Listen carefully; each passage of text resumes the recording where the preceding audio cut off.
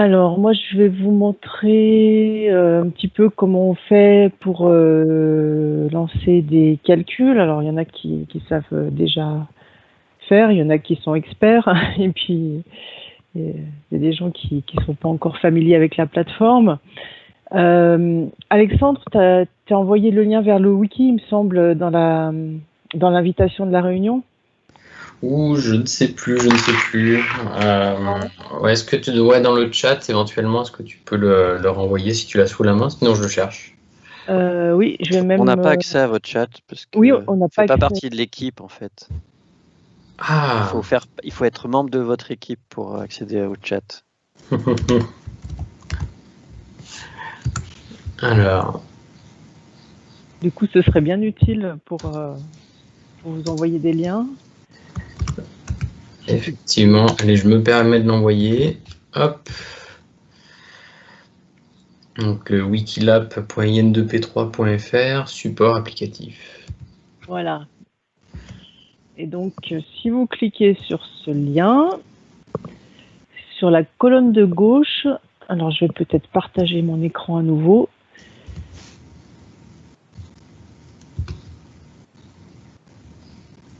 Voilà. Donc, sur la colonne de gauche, donc vous avez une partie qui s'appelle, dans le menu, vous avez quelque chose qui s'appelle Batch USMB. Donc ça, c'est spécialement pour les labos hors LAP et LAP-TH, parce que nous, on a un mode d'accès différent, donc on ne soumet pas tout à fait de la même manière. Donc là, c'est vraiment la doc qui est pour vous. Et puis, on avait fait il y a longtemps, donc ça, c'est tout en bas des menus, juste avant Contact, un tutoriel à la fois pour le Listic et le SIM à l'époque, et qui permet de démarrer pour les gens qui sont vraiment pas familiers. Donc, je vais repartir un petit peu sur ce qu'on proposait à l'époque. Bon, le nom des portails a changé, mais enfin, sinon, l'idée est toujours la même. Donc, bon, je sais pas s'il y a des gens qui sont pas du tout familiers avec Linux. Là, on avait un peu redonné les commandes de base pour que les gens puissent démarrer facilement.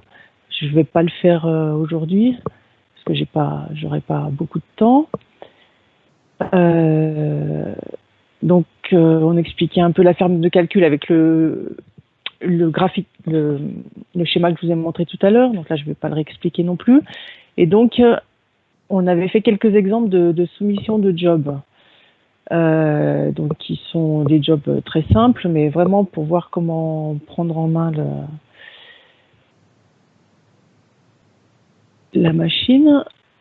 Alors là, j'ouvre une fenêtre, donc mRemoteNG, là mon client SSH, pour pouvoir faire en même temps ce qui est marqué dans les pages. Donc la première chose, c'était faire un petit job simple. Donc je vais passer aux exercices 1 et 2. Et puis je vais faire ce qui est marqué. Et vous pourrez le faire vous, du coup, je suis ce petit tuto-là comme pour que vous puissiez le faire assez facilement par la suite. N'hésitez pas à m'interrompre hein, s'il y a quelque chose qui va pas ou vous voyez pas. Je sais pas trop comment agrandir plus l'affichage sur mon écran, surtout sur le client SSH. Donc là, je suis comme Ludovic tout à l'heure, je suis dans ma zone home et je vais faire ce qui est marqué. Donc je vais créer un dossier qui s'appelle exercice pour pouvoir faire les tests. Donc alors ça commence bien, il existe déjà, donc j'y vais. J'avais créé tout à l'heure avant le. Oui, donc il existe déjà. Alors, je vais copier un exemple. Alors en fait, ce qui est bon à savoir aussi, c'est que dans le dossier Univome tutorial, vous avez tous les exemples qui sont déjà faits. Et donc, il n'y a plus qu'à les recopier. Donc, si vous créez aussi votre dossier exercice dans votre home, vous n'aurez qu'à recopier ce qui est marqué. Et normalement, vous pouvez tester comme ça les petits exemples. Donc, c'est ce que je suis en train de faire. Donc là, je copie le premier exemple. Si on regarde donc c'est un petit script, un shell script, voilà, rien de très compliqué. Si on regarde ce qu'il y a dedans, ben on lui demande juste d'afficher mon nom d'utilisateur, le dossier personnel, le nom de la machine où il va tourner,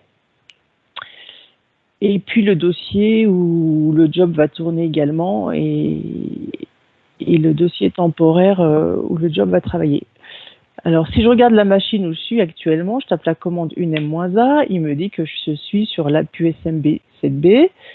Bon, il me dit aussi quelle est la version du noyau Linux, ça c'est pas très important pour l'exemple qu'on fait là. Donc, si je fais tourner ce petit script directement sur cette machine, portail, donc voilà, il a déjà fini. Il me dit, tu t'appelles donc UDS autre, ça c'est notre compte de test à Ludo et à moi. Le dossier personnel où on se trouve, le nom de la machine, la PUSMB 7B, le répertoire par défaut, je suis dans mon home exercice. Et puis TMPDIR, le dossier temporaire du job, il ne le connaît pas puisqu'en fait, c'est pas vraiment un job. Là, je viens de le lancer en interactif. Je viens juste de faire tourner le programme, je vérifie qu'il fonctionne. Donc voilà, il marche bien. Donc maintenant, je vais pouvoir le soumettre en déporté sur les machines de Must. Alors, pour faire cela, j'utilise la commande qui s'appelle qsub. Je lui donne une option qui s'appelle...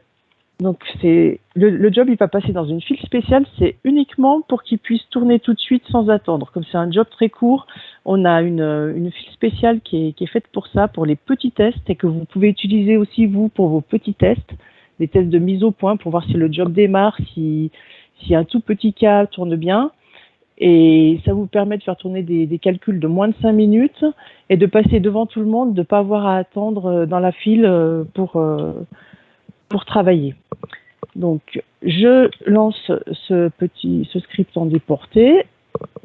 Qu'est-ce qui se passe? Donc là, je vois qu'il m'a affiché un numéro avec derrière le nom du serveur qui gère les jobs. Et ce numéro-là, il va... Alors, hop, après, je peux interroger... Ça fait partie d'une autre partie des exercices, mais je peux déjà lui demander, j'ai une commande qui s'appelle checkJob, que vous retrouverez dans la doc, et si je lui donne le numéro, il va me dire où en est mon job. Alors là, comme c'est un job qui dure moins d'une seconde, il va me dire qu'il n'existe plus, certainement, parce qu'il a déjà fini de tourner. Non, il attend encore un petit peu. Non, il est en train de tourner, parce que il y a peut-être une petite tempo pour qu'on le voit. Donc, il y a toute une syntaxe. Ce qui est important de voir, c'est que l'état actuel, il est running. Voilà, il est en train de tourner. Il y a deux états, en gros. C'est soit il est idle, il attend de tourner. Donc, quand vous le lancez de manière normale, juste avec la commande qsub sans mettre d'option pour passer tout de suite, il va être à un moment idle et puis après, il va être running. Voilà. Et puis là, il me dit, il est en train de tourner et là, il tourne sur la machine qui s'appelle lab-wn042. Voilà, c'est une machine où vous ne pourrez pas vous connecter, mais vous savez qu'il a tourné sur cette machine-là. Donc, il est en train de tourner. Alors là, je pense qu'il a dû terminer. Voilà, il est fini. Et qu'est-ce qu'il a fait? Eh bien, en fait, il a généré deux fichiers avec comme suffixe son numéro de job. Donc, un fichier .e, c'est pour dire, c'est le fichier d'erreur. En fait, là, le fichier d'erreur, il est vide. On voit que sa taille, elle est de 0. Donc, c'est bien, il n'y a pas eu de problème. Heureusement, il était tellement simple. Et l'autre fichier, c'est le fichier .o, avec le numéro du job, c'est l'output. Si on ne précise pas le nom du fichier de sortie, il va par défaut l'appeler comme ça. Et là, si je regarde le contenu du fichier output, eh ben, je vais voir, donc je vais poser les mêmes questions que tout à l'heure. Il me dit, tu t'appelles UDS autre, ton répertoire personnel, il s'appelle comme ça, Univom UDS autre. Par contre, le nom de la machine, eh ben, oui, c'est les WN042. C'est bien le nom de la machine qu'on a vu quand on a interrogé le job pour savoir où il tournait. Et puis le reste, le répertoire par défaut, c'est le même. Et ce qui est intéressant, c'est que là, on voit le répertoire sur la machine de calcul où les fichiers temporaires du job se sont mis. Donc de temps en temps, quand il y a des jobs qui se passent mal, Alexandre pourra vous le dire, l'utilisateur n'arrive pas à récupérer les fichiers qui ont été générés et on peut vous les retrouver dans cette zone-là. Parfois, on arrive à vous les redonner parce qu'ils sont restés dans cette zone. Normalement, à la fin, quand tout se passe bien, ils s'effacent.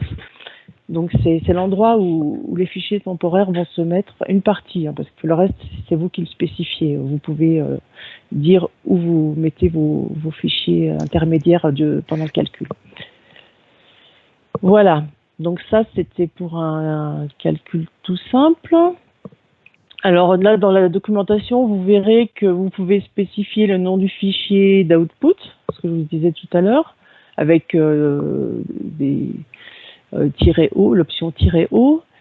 Vous pouvez aussi vous faire envoyer des mails au moment où le job démarre, au moment où il s'arrête, en cas d'erreur. Vous pouvez recevoir aussi un mail. Ça, c'est vous qui configurez comme vous voulez. Voilà, donc ça, c'est vraiment un cas simple. Et après, alors là, on a fait l'exemple avec un shell, avec un script en shell. Vous pouvez faire très bien des scripts en Python. Il y a pas de souci, hein, il sait faire, il y a aucun problème. Alors, je vais passer peut-être, qu'est-ce que je peux vous montrer d'autre? Donc, ça, c'était l'exercice de base. Voilà, donc là, je vais vous montrer un petit peu les commandes,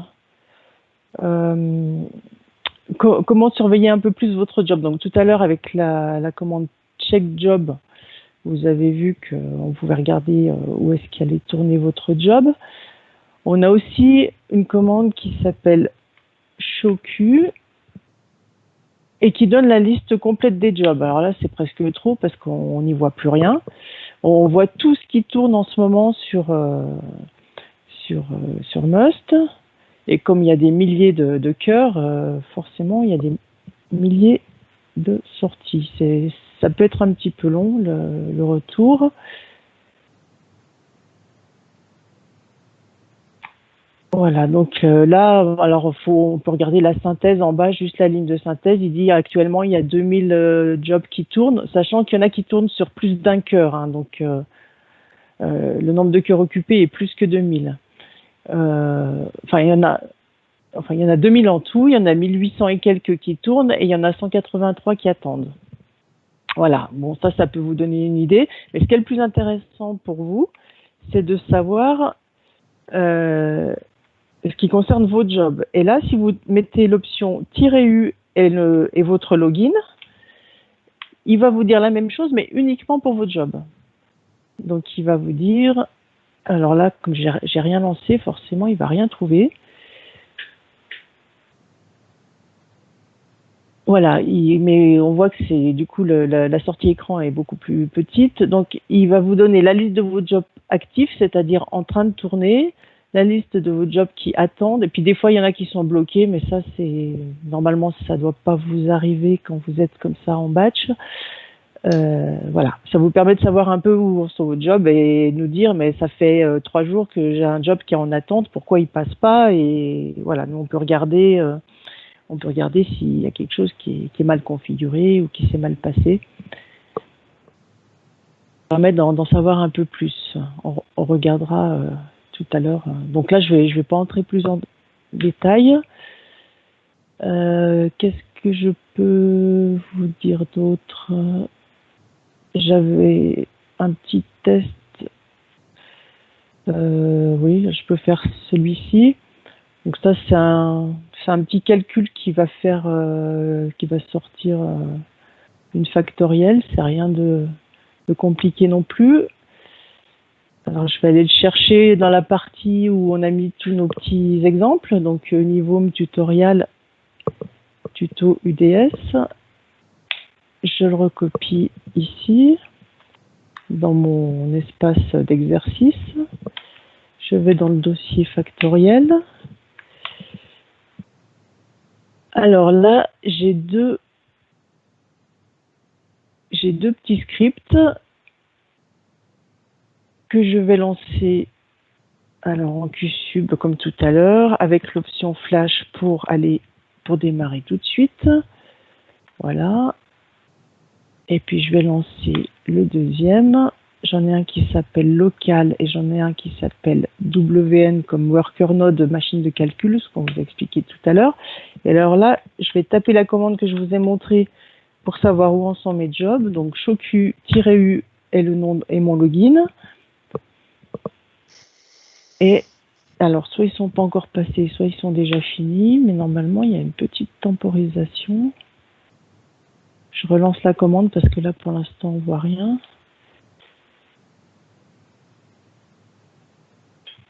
Bon, faut pas être étonné que la commande soit un peu longue par moment, hein. C'est normal.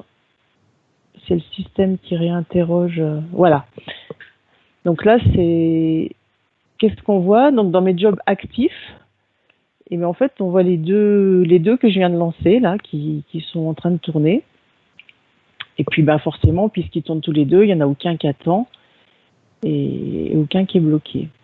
Donc voilà, ça permet de voir l'avancement. Il me dit à quelle heure il a démarré, combien de temps il reste. Alors comme j'ai utilisé la queue flash, la file d'attente rapide, bah, c'est un job de 5 minutes maximum. Dans 5 minutes, s'il n'est pas fini, il sera de toute façon arrêté par le système. Ça permet d'éviter des erreurs et des consommations de ressources indésirables. Alors, il ne devrait pas tarder à se terminer. Voilà, donc ils ont fini tous les deux. Donc j'ai des fichiers de sortie erreur et output pour chacun des deux, donc ils sont générés quasiment en même temps. Les fichiers d'erreur, alors il y en a un qui est vide, il y en a un qui est pas vide. Je vais regarder ce qu'il y a dans celui qui n'est pas vide. Il lui manquait un fichier, bon d'accord. Donc il a eu un petit souci, ça mériterait d'aller revoir dans le script s'il n'y a pas quelque chose qui manque. Donc on va regarder l'output de celui qui s'est bien passé. Donc qu'est-ce qu'il a fait? Il a regardé le répertoire courant. Oui, on lui demandait de faire des petites vérifications, de regarder le contenu des dossiers. Et il y a un fichier qui a dû se générer. Voilà, on a redirigé l'output dans un fichier qui s'appelle factoutput.txt, donc ça on le voit en regardant le script. Et c'est là qu'on va trouver le résultat du calcul qu'on avait demandé, donc factoriel de 6, et il nous donne le résultat en bas. Voilà. Bon, ça c'est des exemples vraiment très très simples, mais le principe c'est exactement le même pour tout ce que vous pouvez avoir besoin de faire. J'ai un dernier petit exemple avec le logiciel MATLAB. Donc tout à l'heure, Ludovic vous l'a montré en version graphique, donc en interactif, sur la machine, la PUSMB. Là, c'est un petit test. Alors, je crois que c'est aussi simple que le 2 plus 2 qu'il a fait tout à l'heure. Là, c'est un... si je regarde ce qu'il y a dans le fichier d'input, juste on lui demande d'afficher le cosinus de 45, voilà. Alors si je fais tourner le petit script comme ça sur la machine directement, il me répond tout de suite, normalement. Sauf qu'il doit peut-être aller interroger la licence, c'est ça qui prend le plus de temps. Ouais, il est dans 30 secondes. Et puis il y a une tempo de 30 secondes, oui, que j'avais ajouté, parce que quand on lance en déporté, si on met pas une tempo de 30 secondes, on n'arrive pas à voir que le calcul est en cours. Alors pour les démos, c'est un peu embêtant. Donc là, effectivement, il faut juste attendre un petit peu. Bon, en plus, un calcul aussi simple. J'ai une petite question à poser. Oui. Donc, imaginons je fais un programme qui génère beaucoup de fichiers. Oui. Et dans mon programme, j'indique qu'en fait, je veux qu'il les stocke à un endroit très précis. Oui, oui, oui. Est-ce que les fichiers qui vont être générés comme ça à la volée, ils vont être stockés immédiatement dans l'arborescence que j'ai indiquée, ou est-ce qu'ils passent par le temp avant d'être stockés dans l'arborescence indiquée? Non, non, ils vont exactement à l'endroit qui est spécifié. Donc, soit les gens décident de mettre dans le thème parce qu'ils vont pas en avoir besoin à la fin et ils vont faire une concaténation ou je ne sais quoi et le résultat leur reviendra sous une autre forme, enfin une mise en forme qu'ils auront fait eux avant la fin. Mais sinon, tout peut être dans la zone partagée qu'on a montré tout à l'heure, là, donc soit la zone de l'utilisateur, soit la zone partagée du laboratoire. Et à ce moment-là, au fur et à mesure du job, si ces fichiers grossissent petit à petit, on peut les consulter à mesure. D'accord. Et ils se génèrent au fur et à mesure et ils changent pas de place. Ils sont vraiment à l'endroit où on a demandé de les mettre. D'accord. Et s'il y a beaucoup de lecture et écriture, est-ce qu'on n'a pas intérêt, du coup, effectivement, à d'abord nous-mêmes le gérer en les faisant passer par le temp et après nous-mêmes en les copiant là où on veut, histoire de pas perdre de temps, peut-être? Je sais pas. Est-ce qu'il y a une réponse? Alors ça dépend de la taille qu'ils font, ça dépend du nombre. D'accord. Là, c'est un peu au cas par cas. Il faut presque faire un essai et après faire le choix en fonction du résultat. Ouais. Parce que prendre du temps en processeur juste pour attendre sur la partie réseau, c'est dommage. En fait. Okay. Ouais. Non, j'avais une autre question aussi un petit peu, c'est moi je développe des programmes, mais pour certains, en fait, dans certaines configurations, il est possible en fait qu'on ne sache pas en fait combien de temps ça va prendre. Oui. Voire ça peut ne pas s'arrêter, et dans ce cas-là, on est obligé de les arrêter nous-mêmes. Est-ce que ce genre de pratique est tolérable, encadré, prévu? Alors, ce que j'ai pas dit depuis tout à l'heure, c'est qu'effectivement, le temps de calcul pour un job est limité. C'est-à-dire qu'au bout d'un certain nombre d'heures, 56 heures, il me semble, le job est arrêté. Ça, c'est pour des raisons de sécurité. Enfin, disons qu'on peut pas laisser des jobs indéfiniment. Si jamais on a une coupure, tout est perdu. L'idéal, c'est d'avoir des points de reprise. Je sais pas, c'est pas forcément évident pour tout le monde, pour tous les logiciels. Après, pour les GPU, on a configuré des temps maximum qui sont beaucoup plus longs que ça. On doit être au moins à 7 jours. Parce que en discutant avec les utilisateurs, on s'est rendu compte que 56 heures, c'était pas raisonnable. Donc, je sais pas combien de temps peuvent prendre vos calculs. Bon, on est sur les mêmes. Enfin, les 56 heures, dans mon cas, ça me convient très bien. C'est très adapté parce qu'en fait, nous, on considère qu'en gros, au bout de 2 jours de calcul, c'est trop et on arrête. Oui, voilà, mais nous, c'est un peu pareil. On se dit, si le job est pas fini, soit c'est parce qu'il s'est mal passé, soit, enfin, trop long, c'est pas forcément très bien. Et l'idéal. Si jamais par contre on avait d'un coup le besoin venait à changer, ça peut peut-être se discuter sur une machine en particulier pour une période particulière. Voilà, exactement. C'est ce que je disais tout à l'heure. Quand il y a vraiment un besoin ponctuel ou précis, on peut tout à fait affecter une machine pendant une durée déterminée pour que les gens puissent être un peu plus, sortir un peu de ce qui est imposé à la majorité. Ouais. Ça, c'est possible. Merci. Voilà, donc là, du coup, les 30 secondes sont passées, le test est fini. J'ai pas vu le... Qu'est-ce qu'il m'a fait, là? Alors, output. Ah, mais c'est parti dans un fichier qui est à mon nom. Donc, je vais le regarder là.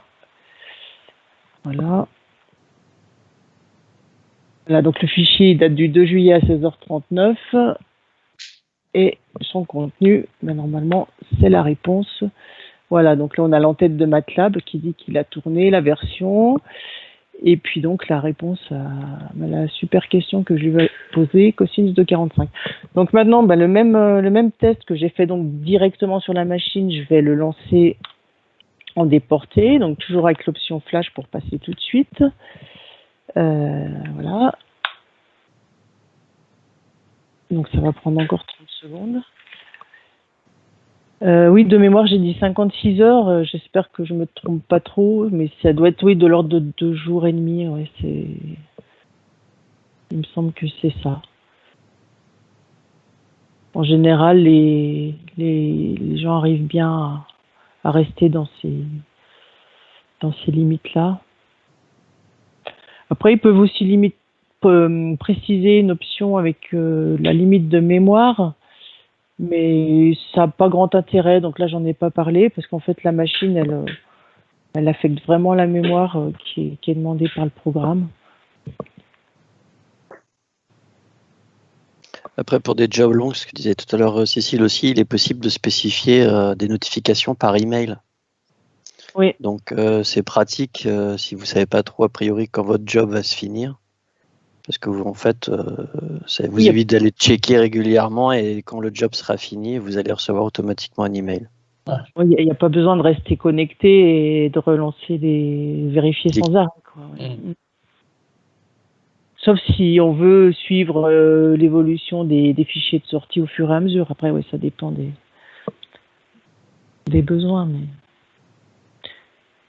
Et après, quand on veut rapporter nos expériences en termes de temps d'exécution, les temps système, etc., on peut y avoir accès, j'imagine. Oui, soit vous instrumentez, enfin vous mettez les commandes qui vont bien dans le script, ou après. Ouais, il n'y a pas de souci. Hein. Et on peut avoir les spécifications précises des processeurs, etc. Ça, on peut le récupérer aussi, j'imagine. Avec les commandes Linux classiques, vous pouvez récupérer tout ça. Oui. Ce que je n'ai pas dit, oui, il faut bien faire attention. Donc l'intérêt de Must, c'est de pouvoir lancer simultanément plein de calculs. Plein, pas trop non plus, mais plusieurs. Donc bien faire attention à donner un nom différent à chaque output, parce que sinon ils vont s'écraser les uns les autres, quoi. Ça c'est le risque. Le premier effet indésirable, si on n'a pas, il faut numéroter ses jobs et numéroter ses outputs, quoi. Alors j'attends que le. Je profite du blanc. Il est possible aussi, depuis l'année dernière d'exécuter des jobs avec de la containerisation, avec des images Singularity. Donc là, ça vous apporte aussi de la souplesse, parce que tous nos workers sont tous identiques, et peut-être que vous allez avoir besoin de tel ou tel module Python ou de telle ou telle librairie, je ne sais quoi d'autre. Donc rien n'empêche que vous construisiez une image sur votre propre machine. Ça peut être de l'Ubuntu, du Debian, tout ce qu'on veut, hein, pas forcément du CentOS. Et cette image, en fait, vous allez pouvoir la soumettre de la même façon avec un QSub, et du coup faire tourner votre job dans votre environnement de développement que vous avez fait chez vous. Ce qui vous affranchit de certaines contraintes et vous donne une souplesse. Ouais, c'est important, ça. Et donc d'accord. Donc du coup, via un QSub, tu soumets l'image Singularity. Oui. Ouais, d'accord. Exactement, ouais. C'est-à-dire que vous pouvez très bien avoir une image Singularity dans votre zone partagée listique, et puis vous allez l'appeler et faire tourner votre image Singularity sur un worker en toute transparence.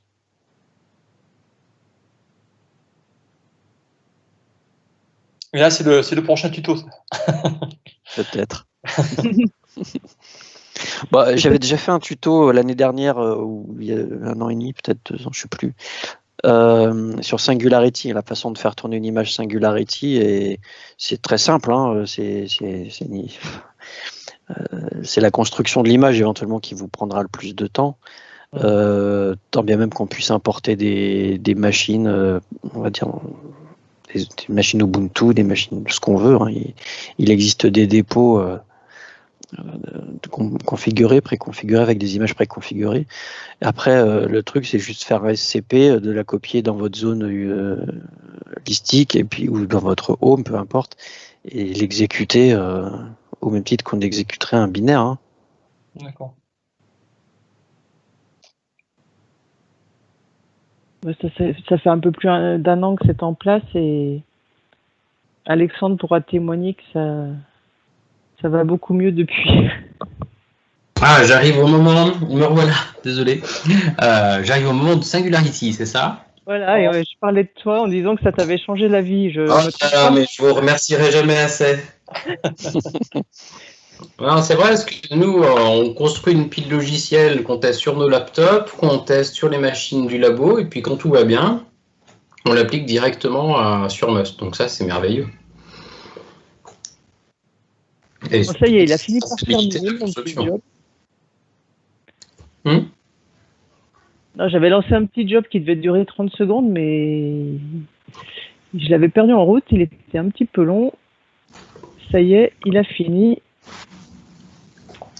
Voilà, je retourne voir l'output puisqu'il a le même nom. Alors là, pour le coup, j'ai donné le même nom, donc il a écrasé celui d'avant.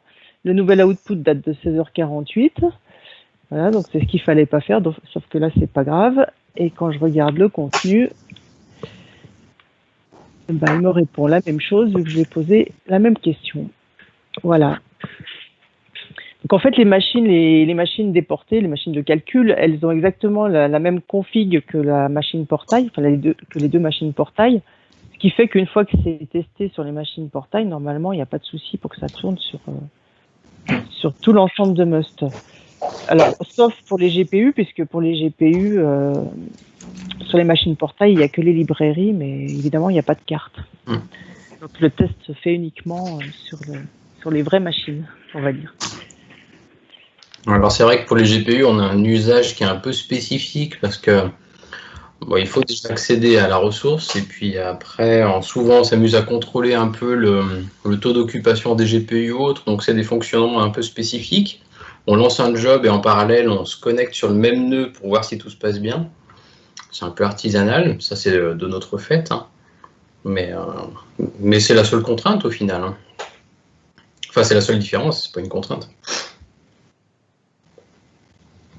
Ouais, c'est vrai que vous avez plus besoin de vérifier en temps réel ce qui se passe sur la machine par rapport à des jobs qui n'utilisent pas de GPU, c'est un peu différent. Voilà, mais par contre, peut-être que ça a été dit quand je me suis absenté. Moi, par défaut, tous mes jobs écrivent des outputs, enfin écrivent des résultats. Tous mes résultats intermédiaires sont sur la partition holistique, ce qui fait dans la zone partagée. Voilà. Donc on peut monitorer quasiment en temps réel, on peut toujours voir l'avancement de nos travaux en allant voir les logs que l'on écrit dans cette zone au fur et à mesure de l'avancement.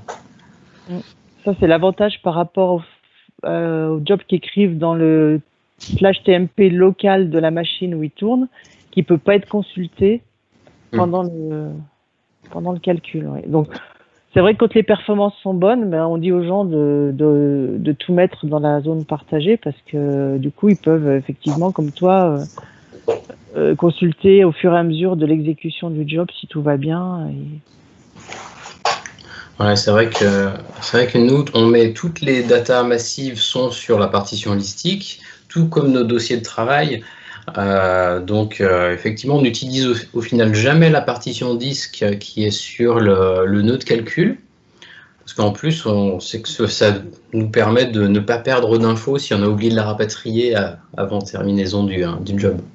Ouais. Mais je ne sais pas, certainement qu'on y perd un petit peu en puissance de calcul, mais je ne sais même pas. En tout cas, ça ne nous a jamais bien gêné jusque-là. Ouais, après, c'est vraiment pour les gens qui feraient beaucoup de lecture-écriture avec beaucoup de petits fichiers. Là, la différence peut... Ouais, ça va juste se jouer au niveau des IOPS parce que forcément, c'est une zone partagée, donc ça va transiter par le réseau. Ça sera forcément plus lent qu'un stockage local. Mais... Si les entrées-sorties sont pas trop conséquents, normalement, c'est sans effet. Mais on a eu des expériences là jusqu'en 2017 quand on participait au concours TrickVid. C'est vrai que vous nous donnez accès à des ressources assez importantes. Il suffit de demander gentiment. Je me souviens d'un challenge où tu nous avais prêté, Cécile, la moitié de la grille pendant quelques jours. Ah bon? Je me souviens même pas. Ça avait été très efficace. Et C'est ce que je disais tout à l'heure, c'est que effectivement, quand les gens ont un besoin ponctuel pour une durée déterminée, voilà, on met en place ce qu'il faut pour qu'ils puissent faire tout ça au plus vite, quoi. C'est pas un problème, enfin, si ça reste raisonnable. Non, c'est vrai, du coup, c'est très flexible. On est presque à la flexibilité PC, enfin, de la machine projet, quoi. Donc, pour ça, c'est super. Cécile, c'est Frédéric. Vous m'entendez? Oui. Peut-être que tu peux préciser le petit changement d'option quand on veut sauter dans le grand bain et qu'on ne veut plus passer sur la queue flash, parce que je crois qu'on l'a spécifié nulle part finalement. Si, enfin je l'ai dit tout à l'heure, oui. Ah, tu l'as redis-le parce que je ne l'ai pas entendu. Non, j'ai juste dit que dans ce cas-là, on met juste la commande QSUB sans option flash, la commande QSUB simple et voilà. Dans la doc, alors là effectivement, j'étais dans la partie exercice des tutoriaux. Donc c'est ce qu'on préconise pour que les gens n'attendent pas. Mais quand on va dans la partie la doc qui explique vraiment comment fonctionne Must et comment utiliser Must, là c'est bien précisé que la commande c'est QSUB tout court, voilà. Parfait. Donc c'est peut-être moi qui n'étais pas suffisamment attentive. Non, mais j'ai peut-être pas dit assez fort non plus. Et ensuite, bon, là, dans la doc, vous voyez, il y a toutes les options. Donc effectivement, on en parlait tout à l'heure. Je vous l'ai pas dit précisément, mais si vous voulez recevoir un email, la syntaxe elle est bien précisée ici. Je dirais que oui, donc ce que j'ai dit tout à l'heure, préciser la mémoire, ça n'a pas grand intérêt par rapport au système qui gère les jobs. En fait, il n'en fait pas grand-chose de cette information-là. Par contre, si vous êtes sûr que votre calcul fait moins d'une journée, par exemple, vous pouvez le préciser. Comme ça, s'il dépasse une journée, ça veut dire qu'il s'est mal passé et ça sert à rien d'attendre 2 jours. Ça, c'est possible. Alors. Et si pour un cœur, on a besoin par exemple de 10 gigas, est-ce que ça on peut... Oui, alors dans ce cas-là, la solution qu'on a trouvée, c'est d'affecter 4 ou 5 cœurs pour ce job-là, qui permet d'avoir l'équivalent de mémoire, donc 4 x 2, 4 x 3, 5 x 2, 5 x 3, enfin on est entre 2 et 3 gigas par cœur. Et à ce moment-là, donc il y a aussi une option qui doit être marquée quelque part. Il faut garder présente à l'esprit que le job qui va être tourné sur un worker, le worker va être partagé. Dessus, c'est 40 cœurs par exemple. Donc, ce sont des machines qui vont peut-être avoir 64 gigas ou 80 gigas, je ne sais plus combien elles ont. Donc, forcément, dans l'absolu, on peut en grignoter un peu plus, mais ça sera au détriment des autres jobs qui vont tourner et il y aura un risque de plantage global. Donc, c'est pour ça que si vous voulez, par exemple, 10 gigas, il vaut mieux demander 5 cœurs. Oui, faire comme si vous aviez besoin de 5 cœurs. Tant bien même que vous en utilisiez qu'un seul. D'accord, ok. Très bien. Alors, il faut que je passe sur un jury, moi, pour des licences, pour diplômer quelqu'un. Je suis désolé. C'était super intéressant, je vous remercie beaucoup. Je vais peut-être laisser Alexandre aux manettes avec Emmanuel, je ne sais pas. En tout cas, n'hésitez pas à nous envoyer des questions par email si vous manque des infos, parce qu'il n'y a pas forcément tout dans la doc. Voilà, si vous avez des cas particuliers. En tout cas, merci beaucoup. Pour moi, c'était très clair. J'espère que tout le monde a pu en profiter. Et puis, si jamais vous veniez à faire un petit tuto Singularity, je pense que ça pourrait intéresser l'équipe dès que vous l'avez. D'accord. Ça peut vraiment nous intéresser. Je pense que là, on avait pas mal de monde qui était présent aujourd'hui. Je pense que ça a attiré du monde. Donc, il y a un besoin. Je ne dis pas que tout le monde va en faire, mais quand même, c'était... après, de vous avoir aujourd'hui. Les gens peuvent faire les petits exercices là donc ils sont en ligne pour se familiariser un peu, et puis n'hésitez pas si vous êtes bloqué, même sur quelque chose de simple, on est là pour pas que justement vous restiez bloqué, quoi.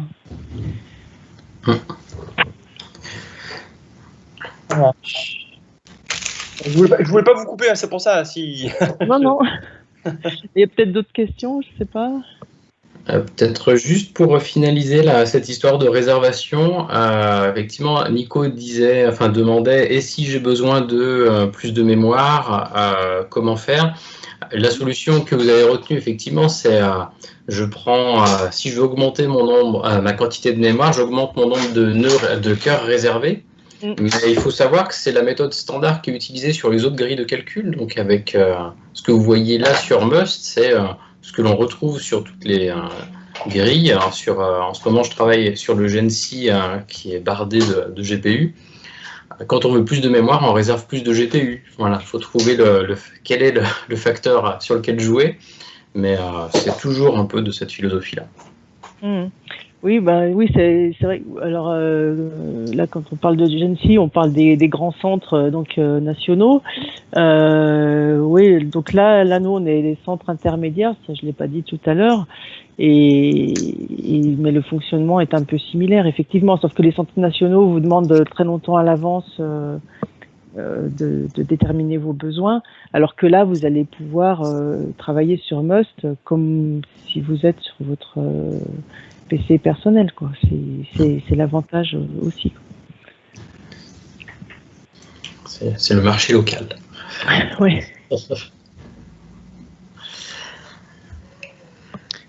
Moi, j'avais une toute petite question. Là, j'ai un peu scrollé, mais j'ai peut-être pas trouvé dans les tutoriaux. Il y a l'app, il y a Sim. Est-ce qu'il y en a qui seraient en anglais? Ah, en anglais. Alors la doc est en anglais. La doc. Vous allez sur la page Batch USMB. Normalement, tout est en anglais. Mais les tutos, ils sont peut-être bien en français. Oui. Et le Batch USMB, c'est une doc. C'est pas étape par étape, mais c'est vraiment si on a une question, on trouve l'info là, c'est ça? Oui, c'est vraiment où on explique les commandes. On met toutes les infos utiles pour pouvoir utiliser. Mais bon, peut-être avec ça, je vois developing, testing, batch job, machin. Peut-être ça remplace un peu, ça peut faire l'affaire à ce moment-là. Oh, moi, je pense on a des doctorants anglophones et qui pourraient pas. À moins de tout mettre dans DeepL ou Google Translate et récupérer, mais ça c'est pas mal. C'est ce pointeur-là qu'il faut donner, à mon avis, aux anglophones à ce moment-là. Oui, à ce moment-là. Batch USMB, ok. Donnez-leur le lien vers cette page-là, oui. C'est vrai qu'il n'y aura pas les petits exercices, mais il y a normalement, il y a à peu près tout ce qui est utile. S'il manque des choses, on les rajoute. Effectivement, le fait de réserver plusieurs cœurs pour un job, je le retrouve pas. Ça n'a peut-être pas été mis à cet endroit-là, mais je pourrais l'ajouter, il n'y a pas de souci. Oui, donc du coup, ça nous donne une information utile, c'est que c'est bien de laisser la doc en anglais. Ah ben oui, pour les doctorants, je pense que c'est pareil au LAP, vous avez peut-être des doctorants non francophones. Oui, on a beaucoup qui communiquent avec nous en anglais. Ouais.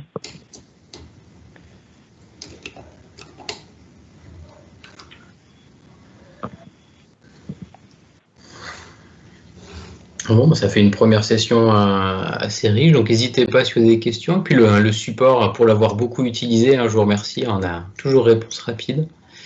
On essaye, tant qu'on peut.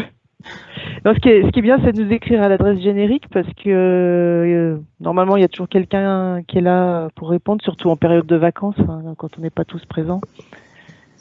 Donc, il ne faut pas hésiter à utiliser cette adresse. Et puis, si besoin, on l'a déjà fait, on peut, même en ce moment, on travaille plus par vidéo, audioconférence, mais à d'autres occasions, on a fait des réunions avec 1, 2, 3 personnes sur des sujets particuliers. Il n'y a pas de souci, tout est possible. Moi, j'ai peut-être une petite question de dimensionnement, parce que je pense que ça suscite à la fois la puissance de calcul que ça offre et le contexte où on est quand même beaucoup amené à travailler à distance, à moins que tout rentre dans l'ordre rapidement, ce qu'on espère, mais quand bien même, je pense que c'est des habitudes qu'on va de plus en plus prendre. Je vois qu'aujourd'hui, Alex a dû manger Citera et il y a peut-être quelques-uns de mes collègues côté satellitaire qui ont pris quelques centaines de gigas aussi. On a dépassé les Citera pour le listique. Il y a une facturation associée. Il faudrait, s'il y a un engouement et qu'on se met à mettre beaucoup de données, j'imagine qu'à un moment donné, ça va coincer. Oui. Alors, effectivement, tout ce qui est au-delà du 1er Tera qui est fourni pour chaque laboratoire, c'est une facturation supplémentaire. La bonne nouvelle, c'est que depuis cette année, le tarif est beaucoup moins élevé. Frédéric, je ne sais pas si tu veux préciser si tu es encore là. Elle est là, son nom est là. Son nom est là, mais elle ne nous entend pas. Oui, donc effectivement, il y a une contribution qu'on demande, mais qui est valable une fois pour toutes, au moins quand on achète le matériel de stockage, on l'achète pour 7 ans. Donc c'est une contribution qui est demandée une fois et a priori jusqu'au renouvellement, il n'y aura pas de contribution supplémentaire, à part les petites contributions annuelles des labos qui reviennent donc tous les ans. Donc j'avais muté, excusez-moi, je voulais répondre. J'étais mutée.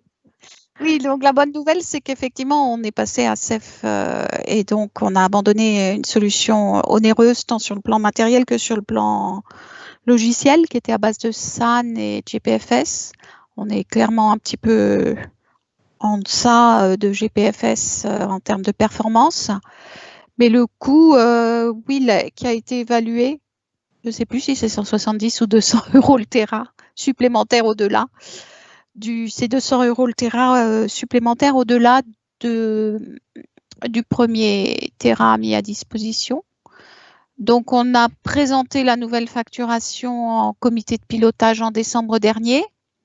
Et là, cette année, on pensait faire un pointage de ce qui a été payé. Donc, ce qui a été payé une fois, c'est bon, mais on va un petit peu vérifier dans nos tablettes si, donc dans le cas du listique, il a payé ou pas ses Tera supplémentaires. Sinon, on reviendra vers la direction du listique avec un montant qui sera très raisonnable, même plus raisonnable que si le listique avait payé avant. Donc voilà, on passe pas notre temps on n'a pas un esprit comptable, donc il faut qu'on se remémore un petit peu la situation. C'est ce qui a été présenté en copie et qui a été validé. Donc sur la facturation 2020, on reviendra vers vous, vers chaque laboratoire précisément. Et question volumétrie, il y a des possibilités de capacité additionnelle. Ce qui est bien, c'est de l'anticiper pour qu'on puisse, nous, anticiper les besoins et les ajouts de capacité. Mais je ne pense pas que vous veniez avec des demandes de 50 ou 100 Tera pas demain matin. Pour l'année prochaine ou pour demain matin. Mais voilà. Donc, je pense qu'on sera à même de répondre à un besoin supplémentaire qui s'exprimerait pour des nouveaux utilisateurs dès cette année. Et voilà, si on peut avoir une vision à plus long terme, parce que à partir de des grosses volumétries, il faut anticiper. Voilà. Dans la facturation, ce qu'on a présenté aussi, c'est qu'il y aurait, au-delà de 10 Tera, on demanderait un renouvellement tous les 7 ans. Mais bon, dans 7 ans, ça sera plus moi qui serai à la comptabilité et ça sera plus peut-être un autre directeur. Ça, c'est sûr. Voilà. Donc, on paye une fois et ensuite on en dispose, puisqu'il s'est alloué. Un petit peu le danger, c'est qu'il n'y a pas de ménage.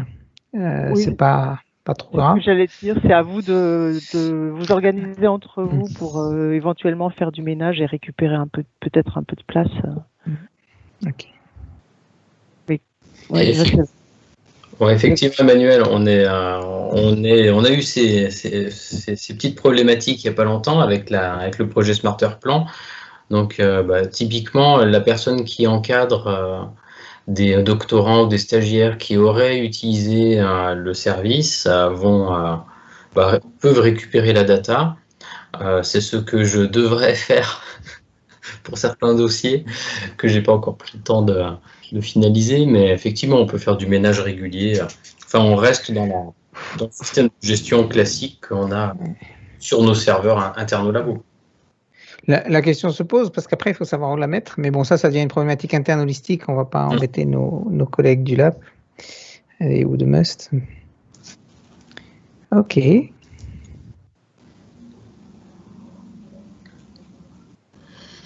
Oui, donc j'ai vérifié le tarif, c'est bien 200 € le Tera.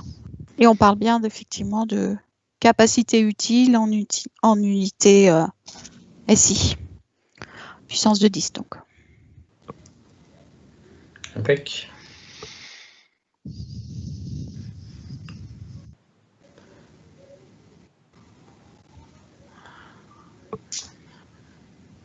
Bon, très bien. S'il n'y a pas de questions, déjà, on vous remercie encore une fois. Ouais. Moi, j'ai peut-être une dernière petite question pour une utilisation qui peut vous paraître pas tout à fait celle à laquelle Must est dédié, hein, mais si on est avec un logiciel relativement interactif comme MATLAB ou Envy, qu'on va sûrement vous demander d'avoir la gentillesse d'installer si c'est possible, quel est l'outil que vous recommanderiez, par exemple, pour des gens qui sont sous Windows? Puisqu'il y avait X2Go, il y en avait d'autres qui étaient mentionnés pour garder une certaine interactivité, puisque quelque part tout va se faire chez vous et on va récupérer que les affichages Est-ce qu'il y a des choses qui sont mieux, qui sont à recommander pour cette utilisation où on doit visualiser le résultat? Nous, on fait de l'image, enfin un certain nombre d'entre nous font de l'image. On a des grosses données de départ, donc on va faire arriver chez vous. On va faire tourner des traitements et puis derrière, même les étapes intermédiaires, il va falloir qu'on les voit pour vérifier que ça se passe bien. Et ça se fait avec des outils de visualisation qu'on aurait quand même intérêt à faire tourner chez vous parce que sinon, ça veut dire qu'il faut ramener les résultats sur un réseau parfois très mauvais. Est-ce qu'il y a des choix à privilégier? Alors, les outils de visualisation, on peut les installer sur les machines portail, puisque c'est les seules machines qui permettent de faire du graphique. Hein. Les machines de calcul, c'est pas possible, et puis vous pouvez pas y accéder de toute façon. Après, il faut que ces outils de visualisation ils fonctionnent sous Linux, qu'ils puissent s'installer sous Linux. Est-ce que c'est le cas? MATLAB ou Envy dont je parlais sont des outils de visualisation. Ma question elle était plus au niveau, on ne peut pas y aller avec PuTTY parce que sinon on ne visualisera rien. Est-ce que X2Go est le bon outil ou est-ce qu'il y aurait d'autres environnements de dialogue entre notre portable et votre machine sur laquelle tournerait MATLAB ou Envy qui seraient mieux adaptés quand on a beaucoup de... C'est pas de la ligne de commande, quoi, quand on veut vraiment voir les figures que ça dessine ou les images. Oui, donc c'est pas des outils supplémentaires, c'est vraiment la partie graphique de MATLAB et de Envy. C'est ça. D'accord, donc qui seraient déjà installés. Ça ouvre beaucoup de fenêtres. Voilà. Non, nous on utilise X2Go. Là, j'ai essayé donc mon client SSH mRemote NG en RDP aussi. J'ai pu faire des choses, mais ça, je l'ai fait juste pour un test. Après, il faut voir. C'était juste si vous aviez une pratique, parce que d'autres gens avaient eu ce genre d'utilisation, mais je sais très bien que ce n'est pas l'utilisation principale de Must. Hein. X2Go, c'est ce qui fonctionne le mieux en général. Hein. Okay. Il y avait VLC, il me semble aussi. Non, c'est autre chose, c'est une autre techno. VLC, je m'en sers pas pour faire ce genre de choses. VLC, effectivement, c'est un autre outil de remote, mais avec Nicolas, on avait. VNC, c'est pas possible parce que ça voudrait dire que c'est une vraie session, alors que là, c'est vraiment. VNC, c'est comme RDP théoriquement, c'est qu'on prend la main sur la machine à distance, alors que là, c'est une session graphique qui s'ouvre. Un autre outil qui serait peut-être possible, ce serait au travers d'une connexion SSH de faire un déport d'affichage sur une session Xon sur sa machine. Un set-off display, un truc de Oui. genre là? Oui. D'accord. Parce Mais que à là, distance, pour le coup, c'est si on pas- avait. Mais par contre, c'est pas forcément très adapté parce que l'affichage c'est du RAW, quoi. Il n'y a pas de compression, alors que c'est vrai qu'avec X2Go, ça reste assez fluide. Ok. Et puis on peut ouvrir la session, comme je vous montrais tout à l'heure, on ouvre la session et puis on y revient un jour, 2 jours plus tard et on la reprend en l'état. Et en plus, pour MATLAB, comme il y a les licences illimitées, c'est pas grave si on le ferme pas. Oui, bon, au Python aussi, hein, c'est pareil, on fait beaucoup de visualisation d'images ou de figures avec Python, et c'est vrai qu'on pourrait rester comme ça avec tout ce qu'on a en cours. Oui. Non, Ok. c'est vraiment ce qu'on a de mieux à proposer actuellement. Hein.